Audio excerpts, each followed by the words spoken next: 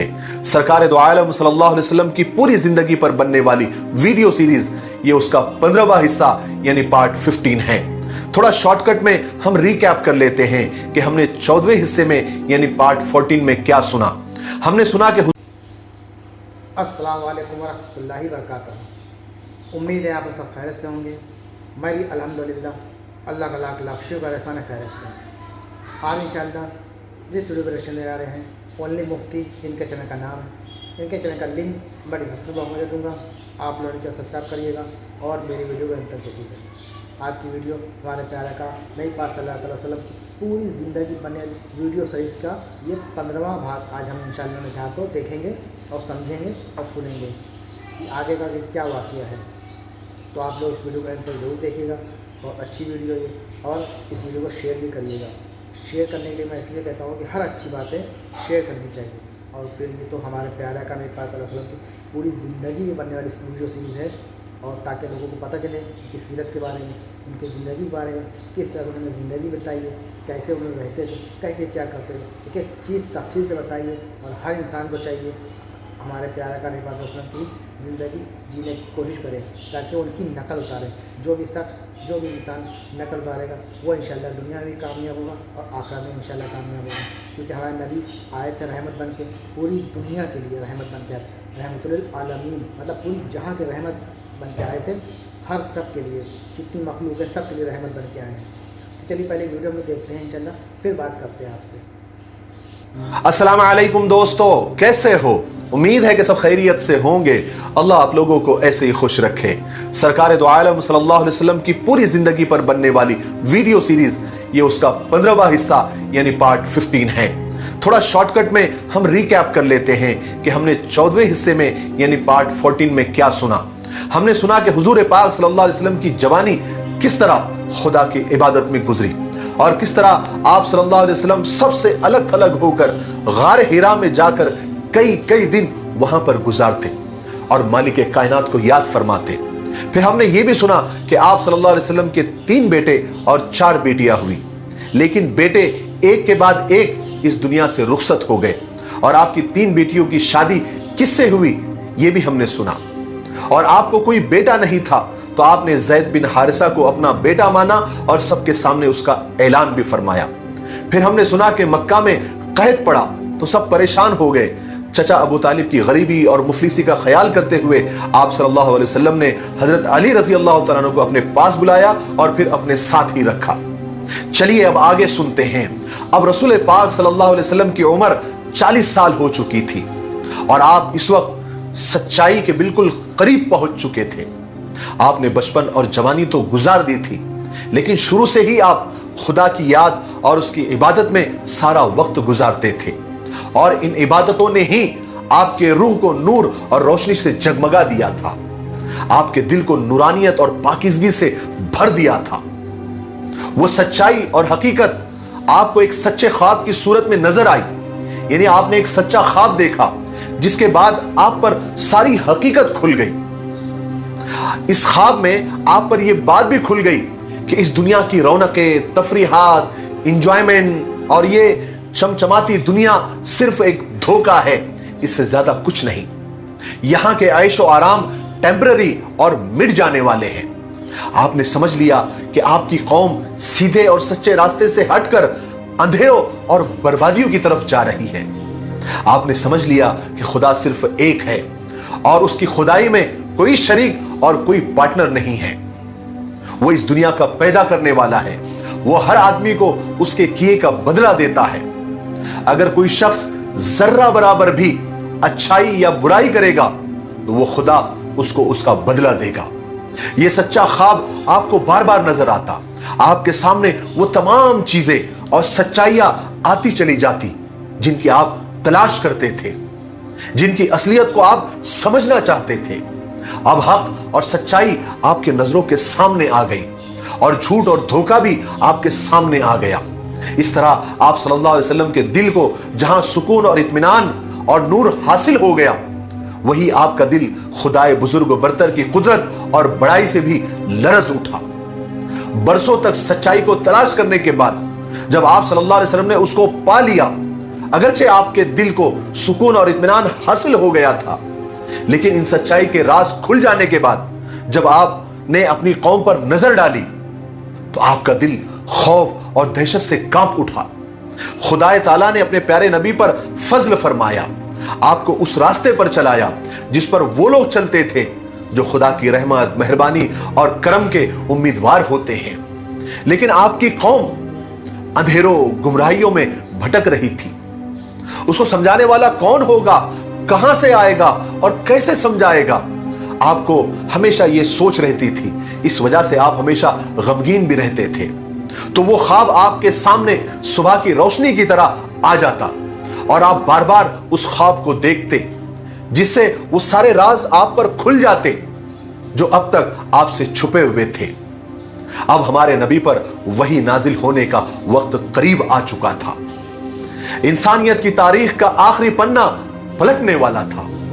قدرت کے ہاتھ جنبش کرنے والے تھے اور خدا کی طرف سے ایک بڑی ذمہ داری آپ کو سونپی جانے والی تھی کہ آپ سارے انسانوں کو خدا سے ڈرائیں، انہیں سیدھا راستہ بتائیں۔ جب یہ سچے خواب آپ کو نظر آنے لگے، اس وقت سے آپ کا دل دنیا سے بالکل اچاٹ ہو گیا تھا۔ آپ ہر وقت تنہائی میں خدا کو یاد فرماتے تھے۔ اس کے بعد رمضان کا مبارک مہینہ آ گیا۔ حضور پاک صلی اللہ علیہ وسلم اپنے عادت کے مطابق غار حرا تشریف لے گئے اور خدا کی یاد میں مشغول اور مصروف ہو گئے۔ جب گھر والوں میں سے کوئی کھانا وغیرہ لے کر غار میں آتا اور آپ کو خیریت سے دیکھتا تو انہیں اطمینان ہو جاتا، اور گھر والے آپ کی طرف سے صدقہ اور خیرات بھی کرتے اور آپ کے لیے دعائیں حاصل کرتے۔ اس طرح رمضان کے کئی دن گزر گئے۔ ایک رات جب اندھیرا کپ کپانے لگا، جیسے اجالے کے لیے جگہ خالی کرنی ہو، یعنی سحر ہونے کو تھی، برائیاں پسینہ پسینہ ہو رہی تھی، نیکیوں کا دور شروع ہونے والا تھا، ہدایت کا ستارہ انقلاب کے جھروکوں سے جھاگ رہا تھا، کائنات کا ذرہ ذرہ تبدیلی محسوس کر رہا تھا۔ اس دن ایسا لگ رہا تھا جیسے حضور کسی کا بے چینی سے انتظار کر رہے ہو۔ بس انتظار کی گھڑیاں ختم ہونے کو ہے کہ اچانک غار حرا کے اندھیرے میں روشنی ہوئی اور ایک فرشتہ اچانک آپ کے سامنے آ گیا، اور وہ فرشتہ حضرت جبرائیل تھے۔ پھر حضرت جبرائیل علیہ السلام نے آتے ہی کہا، اقرا، پڑھیے۔ حضور پاک صلی اللہ علیہ وسلم ڈر رہے تھے، خوف زدہ تھے۔ آپ نے جواب دیا، آپ نے ریپلائی کیا، ما انا بقاری، میں پڑھنا نہیں جانتا۔ پھر آپ صلی اللہ علیہ وسلم نے محسوس کیا کہ حضرت جبرائیل نے، یعنی اس فرشتے نے آپ کو اپنے سینے سے لگا کر اتنی زور سے دبایا، اتنی زور سے بھیجا کہ آپ کا دم گھٹنے لگا۔ پھر اس فرشتے نے آپ کو چھوڑ دیا، پھر کہا، اقرا، پڑھیے۔ پھر آپ نے وہی جواب دیا کہ ما انا بقاری، میں پڑھنا نہیں جانتا۔ پھر فرشتے نے دوبارہ اپنے سینے سے لگایا اور پہلے سے زیادہ زور سے دبایا اور بھیجا اور کہا کہ اقرا، پڑھیے۔ پھر آپ نے وہی جواب دیا کہ ما انا بقاری، میں پڑھنا نہیں جانتا۔ پھر فرشتے نے تیسری مرتبہ آپ کو سینے سے لگا کر بھیجا اور پھر چھوڑ کر کہا کہ اقرا، اقرا بسم ربک الذی خلق، خلق الانسان من علق، اقرا وربک الاکرم الذی علم بالقلم، علم الانسان ما لم یعلم، جس کا ترجمہ ہے کہ اپنے رب کے نام سے پڑھیے جس نے سب کو پیدا کیا اور انسان کو خون کے لوتھڑے سے پیدا کیا، اور پڑھیے آپ کا رب سب سے بڑا کرم کرنے والا ہے جس نے قلم سے سکھایا انسان کو جو وہ نہیں جانتا تھا۔ فرشتے نے جو آیتیں پڑھی، رسول پاک صلی اللہ علیہ وسلم نے انہیں فوراً دہرایا۔ یہ الفاظ آپ صلی اللہ علیہ وسلم کے دل پر گویا چھپ گئے۔ تاریخ لکھنے والے لکھتے ہیں کہ اگر یہ آیتیں، یہ پیام کسی پہاڑ پر نازل ہوتا تو پہاڑ بھی یقیناً ریزہ ریزہ ہو جاتا۔ یہ تو محمد رسول اللہ کی ذات مقدس تھی، ان کا پروقار اور طاقتور دل تھا جس نے اس کا بوجھ اٹھا لیا، اور حضرت جبرائیل تھے، خدا کا کلام تھا، خدا کی تجلیات تھی، محمد عربی تھے اور غار حرا تھے۔ ہم تو بس اتنا کہہ سکتے ہیں کہ جو ہمارے دل پر نہیں گزری، ہم نے اپنی آنکھوں سے نہیں دیکھا، اس کی تشریح، اس کی تفصیل، اس کی ڈیٹیل ہم کیسے بتا سکتے ہیں؟ وہی نازل ہونے کی کیفیت الفاظ میں کیسے بیان ہو سکتے ہیں؟ یہی وہ مقام ہے جہاں الفاظ کا بھی دم نکل جاتا ہے، زبانیں گم ہو جاتی ہے، قلم کانپ جاتا ہے۔ ہم تو بس اتنا کہہ سکتے ہیں کہ غار حرا کی تقدیر चमक गई, उसका जर्रा जर्रा रश के तूर बन गया। आखिरकार हुजूर पाक सल्लल्लाहु अलैहि वसल्लम गार हिरा से डरते कांपते हजरत खदीजा रजी अल्लाह तआला अन्हा यानी अपने घर तशरीफ लाए। जब आप गार हिरा गए थे तो मोहम्मद बिन अब्दुल्लाह थे, और जब लौटे तो मोहम्मद रसूलुल्लाह थे। सुभान अल्लाह। लेकिन आप पसीने से बिल्कुल भीगे हुए थे। आपने घर आते ही हजरत खदीजा से फरमाया, जम्मिलूनी जम्मिलूनी, मुझे चादर उड़ाओ, मुझे चादर उड़ाओ।